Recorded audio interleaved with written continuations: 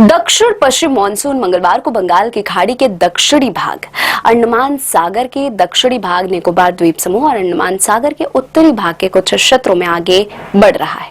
भारत मौसम विज्ञान विभाग ने कहा कि पिछले 2 दिनों में निकोबार द्वीप समूह में मध्यम से भारी वर्षा हुई। इस अवधि में बंगाल की खाड़ी के दक्षिण, निकोबार द्वीप समूह और अंडमान सागर के ऊपर पछुआ हवाओं के प्रभाव में वृद्धि हुई है।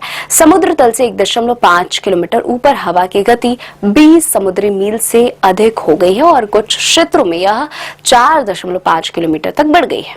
मौसम विभाग ने कहा कि ये स्थितियां इस क्षेत्र में मानसून के आगमन के लिए मानदंड को पूरा करती हैं। मौसम विभाग ने कहा कि अगले 3 से 4 दिनों में दक्षिण अरब सागर, मालदीव और कोमोरिन क्षेत्र के अधिकतर भाग, दक्षिण बंगाल की खाड़ी के अधिकतर क्षेत्रों, संपूर्ण अंडमान और निकोबार द्वीप समूह, अंडमान सागर के शेष भागों और मध्य बंगाल की खाड़ी के कुछ हिस्सों में मानसून के आगे बढ़ने की परिस्थितियां अनुकूल है। दूसरी ओर राष्ट्रीय राजधानी दिल्ली में मंगलवार की सुबह न्यूनतम तापमान 27.7 डिग्री सेल्सियस दर्ज किया गया, जो इस मौसम के सामान्य तापमान से 2.3 डिग्री सेल्सियस अधिक है।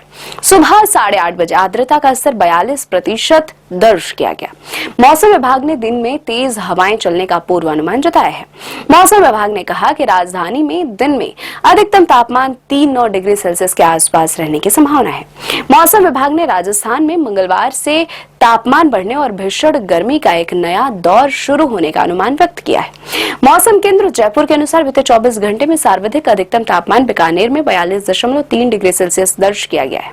13 मई से पश्चिमी राजस्थान के कुछ भागों से आंधी बारिश की गतिविधियों में कमी होने तथा तापमान में 2 से 3 डिग्री सेल्सियस की बढ़ोतरी होने की संभावना है। जोधपुर, बीकानेर संभाग के सीमावर्ती क्षेत्रों में 14 मई से अधिकतम तापमान 44 से 45 डिग्री दर्ज होने और कहीं-कहीं लू का नया दौर शुरू होने की संभावना है।